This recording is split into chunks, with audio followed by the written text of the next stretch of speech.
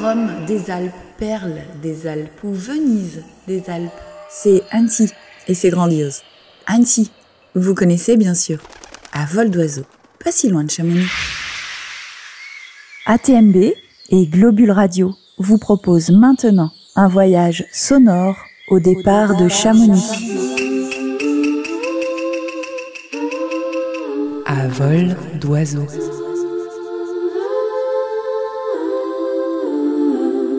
La saison 3 de la chronique Tapis volant pour étancher votre soif de mouvement au pays du Mont Blanc. Située à 450 mètres d'altitude, on l'appelle parfois la Perle des Alpes ou encore plus souvent la Venise des Alpes. Ce surnom découle des canaux qui serpentent dans la vieille ville. Si vous ajoutez aux canaux le château et le célèbre lac, Annecy est une destination de choix, une merveilleuse escapade. Le lac bleu, comme l'appelait Cézanne, pénètre dans la ville par des canaux. Le lac est d'origine glaciaire et le plus grand de France avec ses 27 km². On y pêche le brochet, la ferra, l'omble chevalier. Mais saviez-vous qu'il n'y avait pas un, mais deux lacs à Annecy ?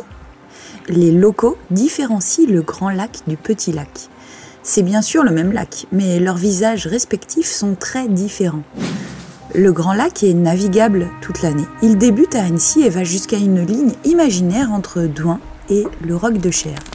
C'est la partie la plus large du lac et la plus connue.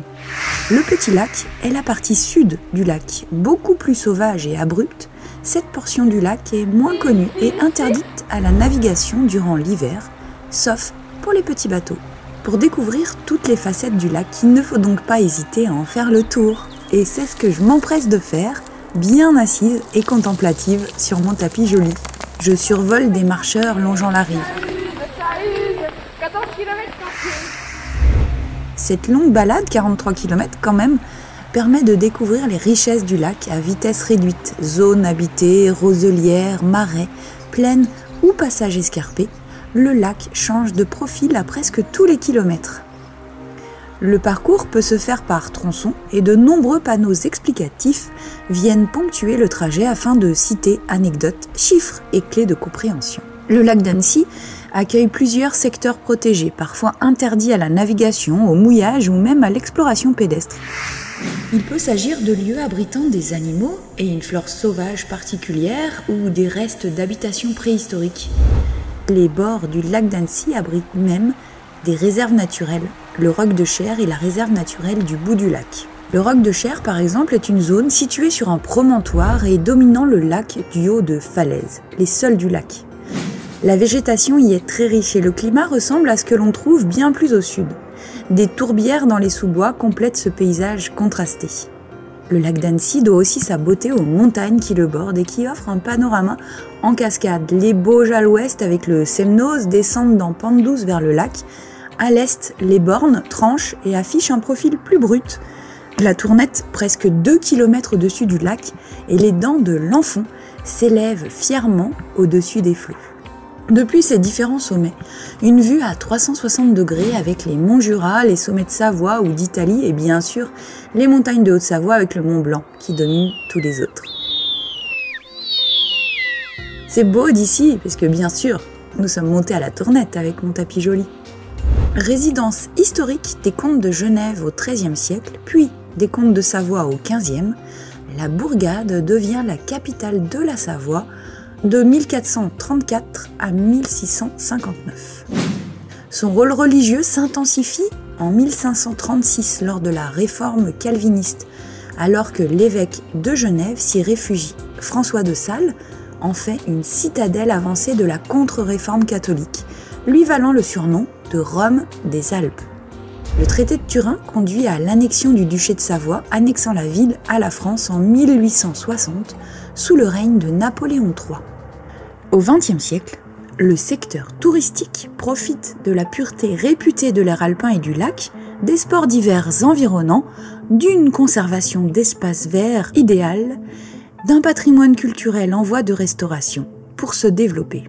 Le tournant touristico-culturel s'amorce en 1960 avec l'organisation du Festival international du film d'animation d'Annecy et de la Fête du lac, attirant chacun, et une centaine de milliers de visiteurs chaque été. En 2021, Annecy est élue la ville de France où l'on vit le mieux, un classement établi par l'association Villes et Villages, à partir de 183 critères. Mais se fait détrôner en 2022 par Angers sur le critère d'accession au logement. Mais revenons sur les fêtes du lac. Car ce soir, mon tapis et moi bénéficions d'une vue juste dingue sur ce spectacle hors du commun. La fête du lac a lieu tous les ans, le premier samedi du mois d'août. La baie d'Albigny devient ainsi le cadre enchanteur du plus grand spectacle pyrotechnique d'Europe. 1h10 de spectacle non-stop pour apprécier la magie du lieu. La symbiose absolue entre la musique, les feux d'artifice, les drones, les animations et la participation du public. 1h10 de féerie avec un spectacle unique à voir au moins une fois dans sa vie. Mais d'où vient cette fête aujourd'hui si populaire ? La fête du lac plonge ses racines dans les spectacles nautiques et pyrotechniques organisés sur le lac dès le XVIe siècle. Issu de la grande fête vénitienne donnée en l'honneur de la venue de Napoléon III et de l'impératrice Eugénie au lendemain du rattachement de la Savoie à la France le 29 août 1860. Le 25 août 1895, le syndicat d'initiative organise ce qu'il pense être la première grande fête vénitienne annuelle d'une longue série. Cette initiative se révèle trop coûteuse pour être renouvelée. Toutefois, à partir de 1905, concours musicaux et agricoles, visites officielles, cérémonies religieuses, régates et autres fêtes de gymnastique serviront de prétexte à l'organisation annuelle de concours d'embarcations décorées, d'illuminations nocturnes et de feux d'artifice tirés sur le lac. En 1924, sous l'impulsion du syndicat d'initiative, la fête de nuit devient enfin un spectacle à part entière. L'année suivante, le comité des fêtes, nouvellement créé, qui ambitionne d'en faire une des plus belles manifestations pyrotechniques qu'il soit permis d'admirer, va la baptiser officiellement Fête du lac. Cet événement a su évoluer en intégrant toutes les nouvelles techniques des feux d'artifice et de l'animation, et en faisant appel notamment à des créateurs d'émotions de renom. Le 5 août, c'est donc l'un des plus gros événements d'Annecy qui a lieu, la Fête du lac, spectacle pyrotechnique qui attire plus de 200 000 spectateurs chaque année. Cette année, la ville d'Annecy a retenu le projet artistique Comédie musicale porté par les entreprises franco-italiennes Art et Feu et Pyro Émotion. L'équipe d'artificiers retenus avait déjà fait sensation en 2018 puis en 2022 en proposant au public un ballet de drones pour la première fois en France.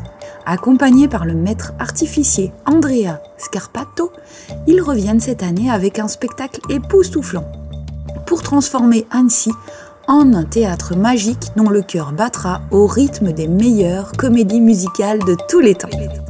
Entre artifices et effets spéciaux, l'édition 2023 proposera une magie lumineuse encore plus intense avec une augmentation significative du nombre de drones. Vous vous souvenez en 2018 des chœurs formés par des drones ? J'avais adoré. L'objectif, transformer durant 70 minutes, 1h10, Annecy et son lac en un théâtre magique. Laissez-vous emporter. Et si ce soir, cette grande étendue d'eau se transformait en une scène pour assister à la naissance d'une grande histoire d'amour, comme celle des comédies musicales les plus époustouflantes. Les voiles du rideau se lèvent et laissent entrevoir le paysage enchanté en arrière-plan des montagnes. Les bateaux sont amarrés, décors enchanteurs de ce spectacle. Et là-bas, enjambant le canal du Facé, un pont de fer traverse la Seine, le pont des Amours, passerelle romantique de notre spectacle, belvédère de ce grand lac. Allez, je vous laisse profiter de ce moment. N'hésitez pas à l'émerveillement.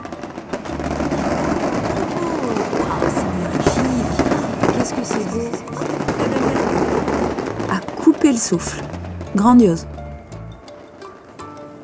Et si vous n'avez pas de tapis volant pour rejoindre les fêtes du lac, prenez la sortie 16 pour rejoindre la 41. À vol d'oiseau. La saison 3 de la chronique Tapis volant pour étancher votre soif de mouvement au pays du Mont Blanc. À très vite pour un nouveau voyage avec ATMB et Globule Radio.